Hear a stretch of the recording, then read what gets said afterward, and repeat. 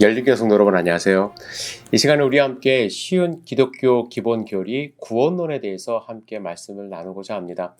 구원론, 많은 분들이 아마 잘 알고 계시리라 생각을 합니다. 하지만 이 구원론이 흔들리면 절대로 안 됩니다.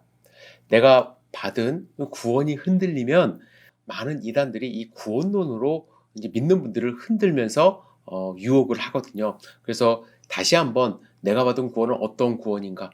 구원이 어떤 의미가 있는가? 다시 한번 생각을 해보시고 흔들리지 않는 구원론을 갖기를 부탁을 드립니다. 여러분, 구원론을 제대로 이해를 하면요.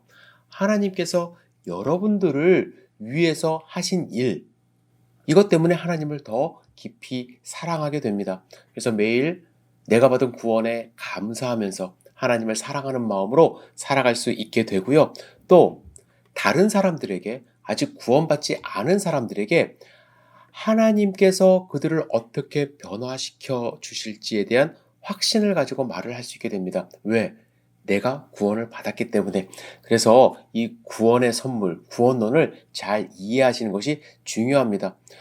구원론을 제대로 이해하기 위해서는 먼저 알아야 될 것이 있습니다. 하나님의 본질 알아야 되고요. 그리고 인간의 본질을 알아야만 합니다. 그래야 우리에게 왜 구원이 필요한지를 정확하게 알기 때문이죠. 여러분, 많은 분들이 나 구원 필요 없어. 나 구원 안 받아도 잘 살아. 라고 생각하시는 경우가 많이 있습니다. 그 이유 중에 하나는 무엇이냐면 이 하나님이 어떤 분이신지를 잘 몰라서 그래요. 전능하신 우리를 지으신 하나님을 정확하게 알면 그런 얘기 절대로 할 수가 없거든요. 여러분들, 가장 중요한 하나님의 본질이 무엇입니까? 하나님은 거룩하시다라는 거예요. 거룩하시다. 거룩하시기 때문에 거룩하지 않은 존재와 함께 할 수 없습니다. 그러면 거룩하지 않은 존재를 어떻게 하시느냐? 하나님은 의로우시고 공의로우십니다. 그래서 심판을 하십니다. 의롭다, 공의롭다라는 것은 뭐냐면 공의롭지 못한 것, 의롭지 못한 것에 대해서는 심판을 하신다라는 거예요. 자, 여기서 중요한 것이 우리 인간의 본질입니다. 우리 인간은 어떤 존재인가? 우리는 죄성이 있습니다.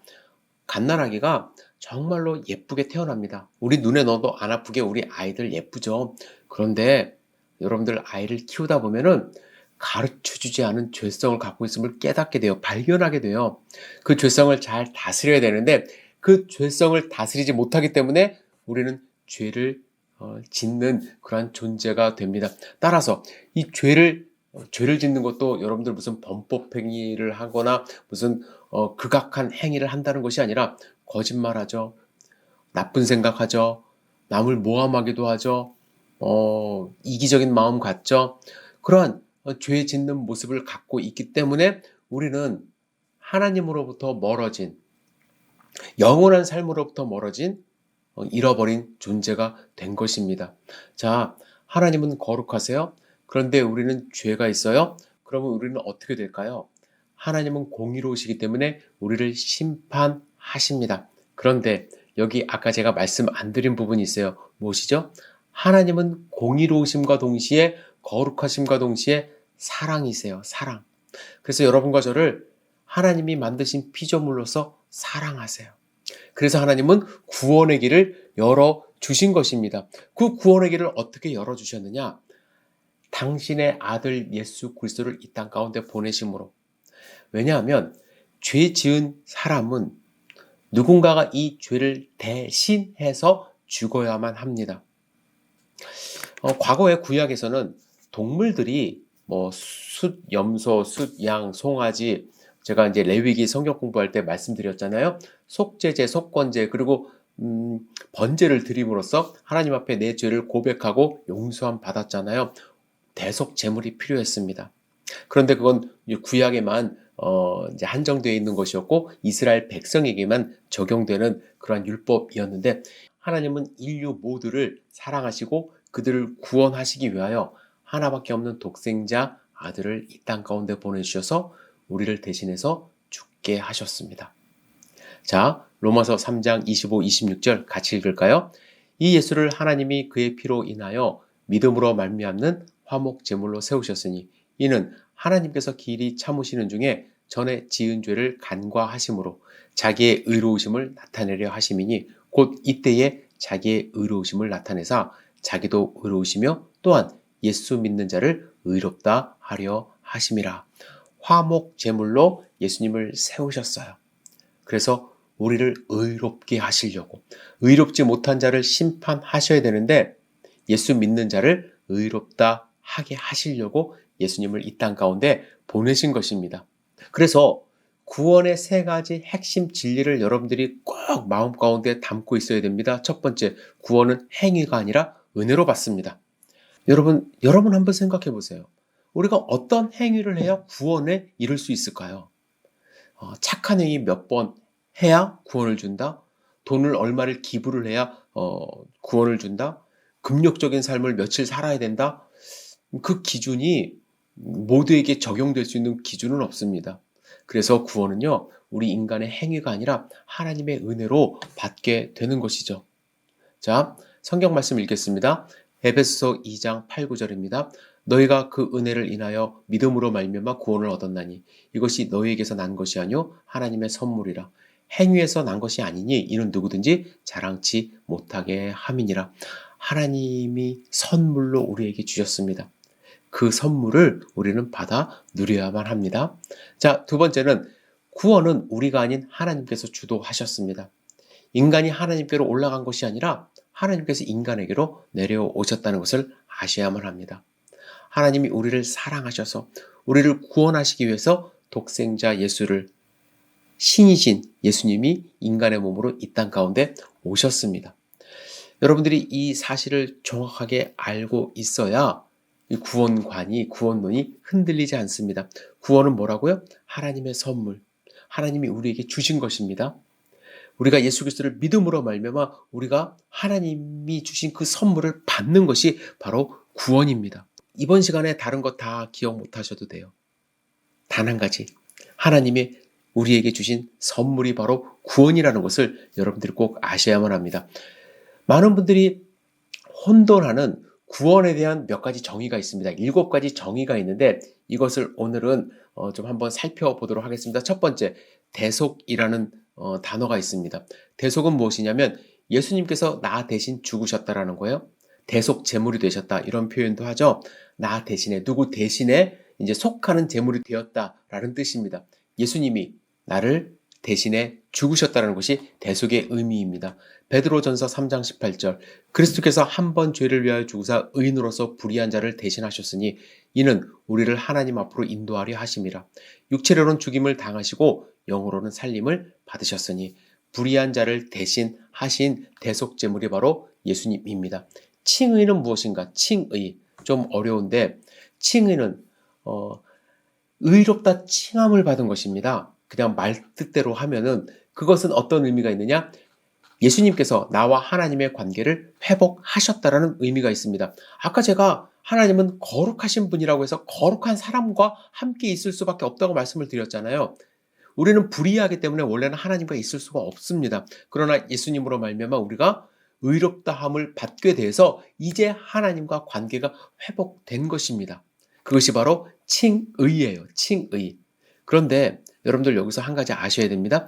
지금은 우리가 예수님을 믿음으로 말미암아 예수님의 보혈의 피를 우리가 믿음으로 말미암아 하나님이 거룩하다 칭함만 한 거지 완벽한 존재, 영화로운 존재는 아니에요. 칭의 다음에 영화의 상태로 가는데 그것은 하나님 나라가 완성된 후에 우리는 영화로운 존재가 되는 것입니다. 자, 사도행전 13장 39절입니다. 또 모세의 율법으로 너희가 의롭다 하심을 얻지 못하던 모든 일에도 이 사람을 힘입어 믿는 자마다 의롭다 하심을 얻는 이것이니라. 이렇게 말씀을 하십니다. 율법으로는 의롭다 하심을 모든 사람이 얻지 못했는데 힘입어 믿는 자, 이 사람을 힘입어 믿는 자는 하나님이 의롭다 하시겠다고 말씀을 하셨습니다. 예수님을 믿는 여러분들은 의롭다 칭하심을 받았습니다. 자, 화목이라는 단어가 있습니다. 화목, 칭의, 화목, 대속, 구원에 필요한 아주 중요한 단어들입니다. 화목은 예수님께서 나와 하나님을 다시 친구 되게 하셨다, 화목하게 하셨다라는 거예요. 우리는 아담의 죄로 말미암아 하나님과 우리 사이가 멀어졌습니다. 그러나 예수님의 십자가로 그 멀어진 사이를 이으셔서 우리가 다시 하나님께 나아갈 수 있게 된 것이죠. 여러분, 예수님이 십자가에 달려 돌아가셨을 때 성전에서 어떤 일이 벌어졌습니까? 예, 휘장이 위로부터 아래까지 찢어졌어요. 그 휘장은 하나님과 인간 사이를 가로막는 막이었습니다. 그러나 예수님이 화목 제물이 되심으로 우리 인간이 하나님 앞에 갈 수 있는, 그래서 우리가 하나님 앞에 갈 수 있는 왕같은 제사장적 존재가 된 것입니다. 우리는 화목해 된 존재죠. 고린도서 5장 19절, 이는 하나님께서 그리스도 안에 계시사 세상을 자기와 화목하게 하시며 저희의 죄를 저희에게 돌리지 아니하시고 화목하게 하는 말씀을 우리에게 부탁하셨느니라. 아멘. 여러분들 꼭 나는 하나님과 화목하게 된 존재임을 잊지 마시기를 부탁드립니다. 구원에 대한 네 번째 정의, 양자됨. 예수님께서 나를 하나님의 자녀로 삼으셨다입니다. 여러분들은 그냥 단순하게 구원받았다가 아니라 친하게 됐다도 중요하지만 더 중요한 것은 우리는 하나님의 자녀가 된 것입니다. 영접하는 자, 곧 그 이름을 믿는 자에게는 하나님의 자녀가 되는 권세를 주셨다고 말씀을 하셨습니다. 여러분과 저는 하나님의 자녀가 된 거예요. 에베소서 1장 5절, 그 기쁘신 뜻대로 우리를 예정하사 예수 그리스도로 말미암아 자기의 아들들이 되게 하셨으니, 하나님의 아들들이 자녀들이 되었습니다. 자, 구속이라는 단어입니다. 예수님께서 자기 피의 값으로 나의 구원을 사셨다. 구속은요, 지금 법적 용어로 이제 구속되었다 이것이 아니라 죄값을 치렀다, paid off 됐다라는 거예요. 성경에서 죄는 값을 치러야 되는 것으로 많이 표현합니다. 내가 빚졌다라고 표현을 많이 합니다. 우리는 하나님께 씻을 수 없는, 갚을 수 없는 빚을 진 사람들입니다. 그런데 예수님은 그 빚을, 그 죄값을 다 치루셔서 우리를 자유롭게 하신 거예요. 우리를 페이드 오프 하신 것입니다. 그것이 바로 구속이라는 단어입니다. 베드로전서 1장 18절 19절입니다. 너희가 알거니와 너희 조상의 유전한 망령된 행실에서 구속된 것은 은이나 금같이 없어질 것으로 한 것이 아니요 오직 흠없고 점없는 어린 양 같은 그리스도의 보배로운 피로 한 것이라. 그리스도의 보배로운 피로 우리는 어떻게 됐어요? 망령된 행실에서 구속되었다. 페이드 오프 되었다. 이렇게 말씀을 하고 계십니다. 자, 화목제물. 예수님께서 내 죄를 완전히 없으셨다. 예수님이 제물이 되셨다라는 의미가 있습니다. 요한일서 2장 2절. 저는 우리 죄를 위한 화목 제물이니 우리만 위할 뿐 아니요 온 세상의 죄를 위함이라. 요한일서 4장 10절. 사랑은 여기 있으니 우리가 하나님을 사랑한 것이 아니요 오직 하나님이 우리를 사랑하사 우리 죄를 위하여 화목제로 그 아들을 보내셨음이라 말씀하고 계십니다. 자, 7번째, 용서. 아주 중요한 용어이죠. 예수님께서 내 죄를 나로부터 멀리 떠나게 하셨다라는 의미가 있습니다. 내 죄를 다 용서하셨어요. 없이 하셨습니다. 그래서 우리는 하나님께 나아갈 수 있는 존재가 된 것이죠. 우리가 완벽해서 그런 것이 아닙니다. 제가 누차 강조를 하지만 여러분과 제가 완벽해서 하나님이 우리의 죄를 용서하신 것이 아니라 우리가 나를 대신해서 십자가에 달려 돌아가신 예수님을 믿기 때문에 그 믿는 믿음을 보시고 우리를 용서해 주신 것입니다. 골로새서 2장 13절에 또 너희의 범죄와 육체의 무할례로 죽었던 너희를 하나님이 그와 함께 살리시고 우리에게 모든 죄를 사하시고 이렇게 말씀을 하고 계십니다. 이제 마지막으로 구원의 세 가지 시점에 대해서 간략하게 말씀을 드리고자 합니다. 구원은 이렇게 표현될 수가 있습니다. 과거에 나는 죄의 형벌로부터 구원을 받았다. 우리가 예수님을 믿는 순간 여러분과 저는 죄의 형벌로부터 구원을 받았습니다. 그런데 거기서 끝나는 것이 아니에요. 현재 삶이 중요하죠. 현재는 어떠한 삶을 살아야 되는가? 예, 성화의 삶을 사는 것입니다. 구원을 완성해 나가는 단계. 구원이 부족해서 완성해 나가는 것이 아니라 구원을 받은 자로서 묵묵히 최선을 다해서 살아가는 삶. 그것이 바로 성화의 단계이고요. 그리고 마지막에 미래는 영원로운 몸으로 하나님과 영원한 삶을 살아가는 존재가 된 것입니다. 여러분, 여러분들은 구원을 받으셨습니다. 혹시 구원이 흔들리시는 분, 오늘 다시 한번 성경 공부를 통해서 구원이 흔들리지 않고 예수 그리스도를 믿음으로 말미암아 여러분들이 받은 그 구원을 가지고 승리하는 삶 사시기를 주님의 이름으로 축복합니다. 다음 시간에 다시 한번 구원론에 대해서 말씀을 나눌 텐데요. 일주일 동안 여러분들 내가 받은 구원 감사하시면서 하나님께 정말 내가 이 구원을 나만 갖는 것이 아니라 믿는 자들을 향해서 믿는 자들에게 전할 수 있는 그런 믿음을 달라고 또한 기도하시기를 주님의 이름으로 축복합니다. 여러분들 건강하시고 승리하는 삶 살기를 주님의 이름으로 축복합니다. 감사합니다.